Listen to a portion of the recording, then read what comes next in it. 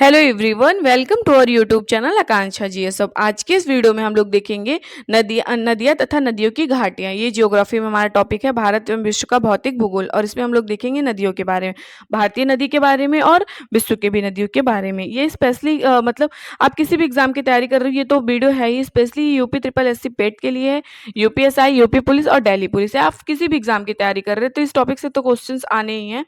तो फिर उसके सबसे पहले हम देखते हैं गंगा नदी को। गंगा नदी हिमालय की नदियाँ पूर्ववर्ती अफवाह का उदाहरण है। गंगा रिवर के द्वारा गर्ज, महाखंड आदि का निर्माण किया जाता है। गंगा भारत की सबसे लंबी नदी है और इसकी जो लंबाई है, ये लंबाई पूछ लेता है 25-25 किलोमीटर। ऐसे आप याद करके रखिएगा, 25-25 या 5-5 का स्क्वायर। उद्गम गंगोत्री हिमालय के गौमुख से होता है। टिहरी में इसे भिलांगना और देवप्रयाग में अलकनंदा में ये मिलती हैं। भागीरथी प्लस अलकनंदा मिलके गंगा रिवर बनाती हैं। गंगा हरिद्वार में मैदानी भागों में प्रवेश करती है। ये क्वेश्चन जरूर पूछता है कि गंगा कहाँ मैदानी भागों में सबसे पहले प्रवेश करती हैं, तो गंगा हरिद्वार में मैदानी भागों में अब प्रवेश करती हैं। जब ये बांग्लादेश में प्रवेश करती हैं तब इन्हें पद्मा के नाम से पुकारा जाता है, गंगा के नाम से नहीं। इनकी कुछ फेमस जो हैं वो हेल्पिंग मतलब सहायक नदियां हैं। कोशी नदी है, शारदा नदी है, गंडक है और रामगंगा है, सोन है, चंबल है, दामोदर है और काली नदी। तो ये सब गंगा की सहायक नदियां हैं। सिंधु नदी का उद्गम कहाँ है? तो सिंधु नदी का उद्गम कैलाश पर्वत श्रृंखला में हुआ था। और वह नदी जो हिमालय की तीनों श्रेणियों को आर पार काटती है। तो सतलज नदी जो है वो हिमालय की तीनों श्रेणियों को आर पार काटती है। किशनगंगा एक सहायक नदी है। किशनगंगा झेलम नदी की सहायक नदी है। वह नदी जिसका उद्गम भारत में नहीं हुआ था, सतलज नदी का उद्गम भारत में नहीं हुआ है। ब्यास तथा सतलज नदियों के मध्य फैला हुआ है बिस्ट दोआब। बिस्ट दोआब जो है वो ब्यास और सतलज नदी के बीच में फैला हुआ है। वह नदी जिनके स्रोत बिंदु पॉइंट ऑफ बिगिनिंग लगभग एक ही हैं, ब्रह्मपुत्र और सिंधु नदी। ब्रह्मपुत्र और सिंधु नदी का मतलब कैलाश पर्वत श्रृंखला से ही माना जाता है।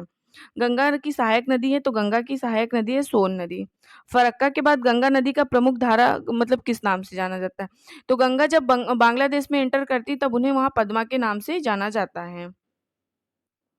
वह स्थान जहाँ भागीरथी एवं अलकनंदा मिलती हैं, तो भागीरथी और अलकनंदा देवप्रयाग में मिलती हैं। वहीं से गंगा जी शुरू होता है नाम उनका, भागीरथी, और अलकनंदा देवप्रयाग में मिलती हैं।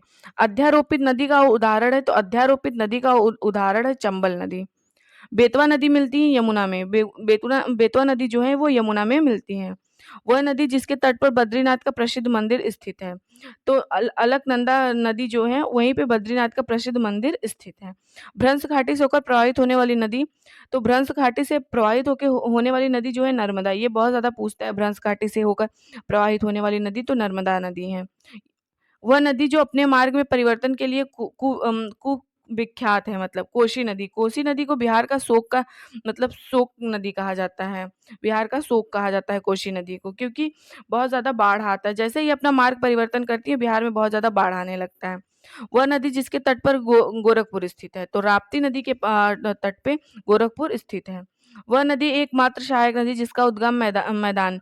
तो गोमती नदी जो है उत्तर प्रदेश की कैपिटल लखनऊ के मतलब लखनऊ जो है इसी गोमती नदी के किनारे बसा हुआ है और ये पीलीभीत से निकलती है गोमती नदी।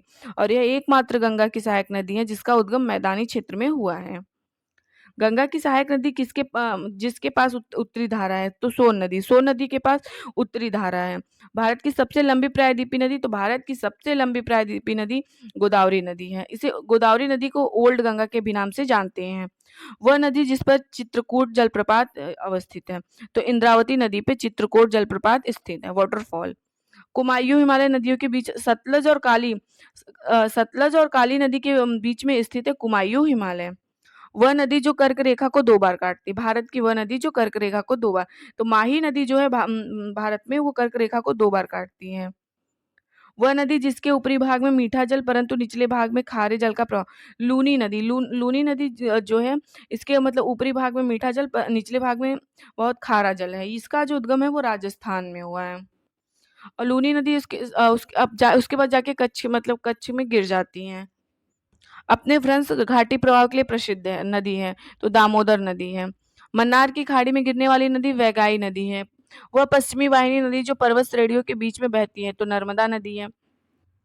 रिफ्ट घाटी से होकर बहने वाली नदी ये नर्मदा नदी है। नर्मदा एवं ताप्ती नदी के मध्य स्थित है सतपुड़ा श्रेणियाँ।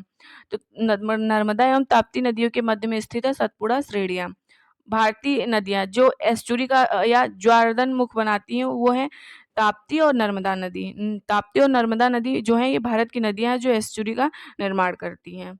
अरब सागर में गिरने वाली नदी, तो अरब सागर में गिरने वाली नदी जो है वो ताप्ती रिवर है। अमरकंटक से उद्गमित होने वाली नदी तो ये नर्मदा है। नर्मदा प्रवाहित होती है सतपुड़ा श्रेणी और विंध्य श्रेणी के मध्य से। ये क्वेश्चन जरूर पूछता है कि नर्मदा कहाँ से प्रवाहित होती हैं, तो ये सतपुड़ा और विंध्य की श्रेणी से प्रवाहित होती हैं। अगला है जो है वो कावेरी नदी का उद्गम कहाँ से है? तो कावेरी नदी का उद्गम ब्रह्मगिरी गिरी पहाड़ियों से है। ब्रह्मगिरी की पहाड़ियों से कावेरी नदी का उद्गम है। वह नदी जिसे दक्षिण की गंगा कहा जाता है, तो दक्षिण की गंगा कावेरी नदी को कहा जाता है। आप लोग इसको याद रखिएगा, दक्षिण की गंगा कहा जाता है कावेरी नदी को। दामोदर किसकी सहायक नदी है? तो हुगली। हुगली की सहायक नदी दामोदर है। भारत का वह नदी जिसे जैविक मरुस्थल कहते हैं, तो जैविक मरुस्थल कहा जाता है दामोदर नदी को। दक्षिण भारत की नदियों में प्रमुख रूप से अपवाह तंत्र रखती हैं, तो वृक्षनुमा अपवाह तंत्र रखती हैं दक्षिण भारत की नदियां। वह नदी जो उड़ीसा में अपना डेल्टा बनाती है, तो महानदी। महानदी उड़ीसा में अपना डेल्टा बनाती हैं। दक्कन के पठार में नदियों का प्रवाह होता है पश्चिम से पूर्व। दक्कन के पठार में नदियों का प्रवाह पश्चिम से पूर्व होता है। सियाचिन ग्लेशियर विवाद का विषय, भारत और पाकिस्तान के बीच में सियाचिन सबसे बड़ा हिमनद है। सियाचिन फूलों की घाटी अवस्थित है उत्तराखंड में। फूलों की घाटी अवस्थित है उत्तराखंड में। फूलों की घाटी कहा भी जाता है उत्तराखंड को। वह हिमनद जो उत्तराखंड के कुमायूं क्षेत्र में अवस्थित है, तो मिलाम मिलाम है। भारत का लगभग 2/3 कोयला पाया जाता है दामोदर घाटी में पाया जाता है। भारत का वह राज्य जहाँ फुलहर झील स्थित है, तो उत्तर प्रदेश में स्थित है। पंचप्रदा झील स्थित है राजस्थान में। श्रीहरिकोटा द्वीप अवस्थित है पुलिकट झील में। वेमवानाथ झील स्थित है केरल में।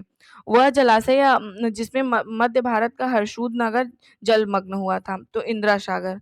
रहस्यमयी झील कहा जाता है रूपकुंड झील को। 2 भारतीय राज्यों की साझेदारी वाली झील पुलकिट झील है। मुंबई की मीठी नदी निकलती है विहार झील से। मुंबई की जो मीठी नदी है वो विहार झील से निकलती है। चिल्का झील स्थित है उड़ीसा में। चिल्का झील जो है वो उड़ीसा में स्थित है। घाट प्रवाह नहर परियोजना स्थित है, वो कर्नाटका में स्थित है। उकाई नहर परियोजना स्थित है, तो गुजरात में स्थित है। नीरा नहर परियोजना स्थित है, तो महाराष्ट्र में स्थित है। तुलबुल परियोजना अवस्थित है, तो झेलम नदी पर। चेरुथानी बांध अवस्थित है, तो पेरियार नदी पे। मलम पूझा अवस्थित है, तो मलम पूझा नदी पर। कोटेश्वर बांध बनाया गया है भागीरथी नदी पर। वह राज्य जहाँ सुइल नदी परियोजना चल रही है, तो हिमाचल प्रदेश में। भागीरथी नदी पर बनाया गया बांध जो है टेहरी बांध है। गोविंद बल्लभ पंत जलाशय स्थित है उत्तर प्रदेश में। बेतवा नदी पर बनाया गया है राजघाट बांध। दामोदर नदी से निकलने वाली नहर जो है एडन नहर है। नागार्जुन सागर परियोजना जिस नदी पर अवस्थित है वो है कृष्णा। भारत का वह राज्य जहाँ नागार्जुन सागर परियोजना है, तो वो आंध्र प्रदेश में है। मीठे पानी की कल्पसर परियोजना अवस्थित है गुजरात में। भारत का वह राज्य जहाँ सर्वाधिक ऊंचाई नलकूपों से होती है, मतलब सिंचाई, सॉरी, भारत का वह राज्य जहाँ सर्वाधिक सिंचाई नलकूपों से होती है, तो उत्तर प्रदेश से। रणजीत सागर बांध अवस्थित है रावी नदी पर। वह परियोजना जो तमिलनाडु, आंध्र प्रदेश तथा कर्नाटक का संयुक्त कार्य है, तो तेलुगु गंगा। इंदिरा गांधी नहर का उद्गम स्थल है हरिके बैराज से। राजस्थान की इंदिरा गांधी नहर निकलती है सतलज से। रोंगटांग जल विद्युत परियोजना अवस्थित है, तो हिमाचल प्रदेश से। नागा सागर बांध अवस्थित है कृष्णा नदी पे। शिव समुद्रम जल विद्युत परियोजना स्थित है कर्नाटक में। रानी लक्ष्मीबाई बांध अवस्थित है बेतवा नदी पे। उन 2 राज्यों का नाम जिन्होंने किसाऊ बांध परियोजना हेतु एक समझौते पर हस्ताक्षर किए, तो उत्तराखंड और हिमाचल प्रदेश। बगल बिहार परियोजना अवस्थित है चिनाब नदी पर। कालोपोंग जल विद्युत परियोजना अवस्थित है अंडमान और निकोबार द्वीप समूह में। मंगलम सिंचाई परियोजना केरल की है। सेतु समुद्रम परियोजना जोड़ती है मन्नार की खाड़ी एवं पाक की खाड़ी को। फरक्का बैराज का निर्माण हुआ है हुगली एवं पर्याप्त जल प्रवाह बनाए रखने हेतु। बकिंघम नहर का प्रमुख कार्य सिंचाई तथा नौका गमन। बड़े बांध बनाने का विरोध किया जाता है क्योंकि इसे प्राकृतिक असंतुलन पैदा हो जाता है। सबसे बड़ी सिंचाई परियोजना है भाखड़ा नागर। रुद्र सागर विकास योजना है त्रिपुरा की। जवाहर सागर बांध स्थित है राजस्थान में। वह नदी जिसके मुहाने पर पक्षी के पंजे की आकृति वाला डेल्टा बनता है, तो मिसिसिपी में। यूरोप में 4 राजधानियों को प्रभावित होने वाली नदी जो है वो डैन्यूब नदी है। नीली नील ब्लू नील नदी किस झील से निकलती है? तो ताना झील से। करीबा बांध निर्मित है जाम्बेजी नदी पर। अफ्रीका की वह नदी जो मकर रेखा को 2 बार काटती है, तो लिम्पोपो नदी जो है ये 2 बार काटती है। अब आप लोग बताइए भारत की कौन सी नदी है जो कर्क रेखा को 2 बार काटती है? भ्रंश घाटी से निकलने वाली नदी जो है राइन नदी है। भारत पाकिस्तान बगलिहार परियोजना स्थित है चेनाब नदी पर। एशिया की सबसे लंबी नदी है यांगसी क्यांग। बांग्लादेश में प्रवेश करने के बाद गंगा नदी को किस नाम से जाना जाता है? तो पद्मा। महावेली गंगा एक नदी है श्रीलंका की। विश्व की सबसे लंबी नदी है नील नदी। विश्व की सबसे लंबी नदी है नील नदी। वोल्गा नदी कहाँ गिरती है? कैस्पियन सागर में। विश्व की सबसे गहरी झील वैकाल झील है। विश्व की सबसे गहरी जो झील है वो वैकाल झील है। उत्तरी अमेरिका तथा सुपीरियर झील का क्षेत्र प्रसिद्ध है लॉ एस्क भंडार के लिए। पर्ल ऑफ साइबेरिया कहा जाता है वैकाल झील को। जम्मू कश्मीर में अवस्थित झील है डल झील। क्षेत्रफल और आयतन के आधार पर विश्व की सबसे बड़ी झील है कैस्पियन सागर। 1000 झीलों का देश कहा जाता है फिनलैंड को। 1000 झीलों मतलब 1000 से ज्यादा झील है फिनलैंड में। यूएसए में स्थित झील है मिशिगन झील। असम में अवस्थित झील है चपन नाला झील। चिल्का झील अवस्थित है उड़ीसा में। सुपीरियल झील अवस्थित है डुलूथू में। वेंजुला में अवस्थित जलप्रपात है एंजिल जलप्रपात। अब हम लोग देखते हैं ब्रह्मपुत्रा नदी के बारे में। ब्रह्मपुत्रा नदी जो है ये तिब्बत के पठार से निकलती है। तिब्बत के पठार से निकलती है और तिब्बत में ब्रह्मपुत्रा नदी को सांगपो नदी कहा जाता है। सांगपो नदी ऐसे लिखा जाएगा, सांगपो नदी कहा जाता है तिब्बत में। उसके बाद ये जब भारत की तरफ मुड़ती है तो अंग्रेजी के यू आकार का शेप बनाती हैं और उसके बाद अरुणाचल प्रदेश में प्रवेश करती है। जब अरुणाचल प्रदेश में प्रवेश करती है तो इन्हें दिहांग के नाम से जाना जाता है, दिहांग के नाम से। उसके बाद जब ये असम में आती है तब इन्हें ब्रह्मपुत्रा नदी के नाम से जाना जाता है और असम में ये मांजुली द्वीप का निर्माण करती हैं। विश्व का सबसे बड़ा नदी द्वीप है मांजुली द्वीप और ये असम में मांजुली द्वीप का निर्माण करती हैं। उसके बाद जब ये मांजुली द्वीप का निर्माण करती है उसके बाद ये जब बांग्लादेश में एंटर करती है तब इन्हें जमुना के नाम से जाना जाता है। बांग्लादेश में इन्हें जमुना के नाम से जाना जाता है। और जब जमुना और पद्मा मतलब गंगा नदी को तो हमने बताया बांग्लादेश में पद्मा के नाम से जाना जाता है। जमुना और पद्मा मिलती है तब मेघना। इन दोनों नदियों को मेघना नदी कहा जाता है। तो मेघना नदी कहा जाता है इन दोनों नदियों को। ब्रह्मपुत्र नदी को बांग्लादेश में जमुना नदी कहा जाता है। तो नदी से अब हम लोग देखते हैं नदियाँ तथा नदी घाटियों से बनने वाले क्वेश्चंस। अब हम उसका फैक्ट तो देख लिए हैं, अब हम उससे बनने वाले क्वेश्चंस देखते हैं जितने प्रीवियस ईयर में आए हैं और जितने हो सकते हैं। उस सबसे बड़े देश का नाम बताइए जिसकी सीमा एक भी नदी नहीं बहती। तो सऊदी अरब में एक भी नदी है वहाँ नहीं है और इतना बड़ा देश है और वहाँ पे भी एक भी नदी नहीं बहती है। सऊदी अरब पश्चिमी एशिया में है, विश्व का सबसे बड़ा नदी विहीन देश है। यह नदियों के बिना दुनिया के 17 देशों में से है एक है।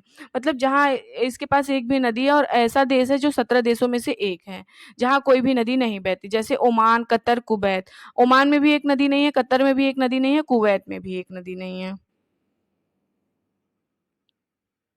डैन्यूब नदी का उद्गम किस देश में हुआ? तो अभी हम डैन्यूब नदी के बारे में पढ़े हैं। तो डैन्यूब नदी जो है ये यूरोप में बहने वाली नदी है और इसका उद्गम जो है जर्मनी में हुआ है। तो इसका राइट आंसर है ऑप्शन बी। इस नदी का उद्गम जर्मनी में ब्लैक फॉरेस्ट के पहाड़ों से में स्थित दोनाउ एस्गिन कस्बे के पास होती है, फिर दक्षिण पूर्व की ओर बहती है। अंत में यह काला सागर में मिलती है। डैन्यूब नदी वोल्गा नदी के बाद यूरोप की दूसरी सबसे नदी है। डैन्यूब नदी जो है यूरोप की दूसरी सबसे बड़ी नदी है। सबसे बड़ी यूरोप की पहली नदी जो है वोल्गा नदी है। डैन्यूब नदी का कुल लंबाई जो है 2850 किलोमीटर है जो 10 यूरोपीय देशों से होकर गुजरती है। ये 10 यूरोपीय देशों से होकर गुजरती है। कौन सी नदी पूर्वी चीन सागर में बहती है? तो पूर्वी चीन सागर में यांगसी नदी बहती है। तो इसका राइट आंसर है यांगसी नदी। यांगसी नदी पूर्वी चीन सागर में बहती है। इसी नदी के किनारे सभ्यताओं का जन्म हुआ था, इसलिए सभ्यता का पालना घर कहा जाता है। सभ्यता का पालना घर यांगसी नदी को कहा जाता है। एशिया की सबसे लंबी नदी है। इस नदी तट पर संघाई और वुहान शहर स्थित है। चीन का संघाई और वुहान शहर स्थित है। निम्नलिखित में कौन-सी नदी विषुवत रेखा को 2 बार काटती है? तो विषुवत रेखा को 2 बार कौन-सी नदी काटती है? तो कांगो नदी जो है विषुवत रेखा को 2 बार काटती है। अभी आप लोगों ने पढ़ा है कि भारत की कौन-सी नदी है जो कर्क रेखा को 2 बार में काटती है? इसका आंसर कमेंट बॉक्स में दीजिएगा। और दक्षिण अफ्रीका की कौन-सी नदी है जो मकर रेखा को 2 बार काटती है? तो कांगो नदी जो है जायरे नदी के नाम से भी जाना जाता है इसको। ये अफ्रीका महाद्वीप की एक प्रमुख नदी है जो 4700 किलोमीटर की दूरी तय करने वाली यह नदी पश्चिम मध्य अफ्रीका की सबसे सबसे विशाल और नील के बाद ये अफ्रीका की सबसे लंबी नदी। यह भूमध्य रेखा को 2 बार काटती है। दक्षिण अफ्रीका की लिम्पोपो नदी मकर रेखा को 2 बार तथा भारत की माही नदी जो है कर्क रेखा को 2 बार काटती है। तो जिससे जितने इम्पोर्टेंट क्वेश्चन थे मैंने करा दिया है। अगर वीडियो पसंद आए तो चैनल को शेयर सब्सक्राइब करिएगा और वीडियो को लाइक करिएगा।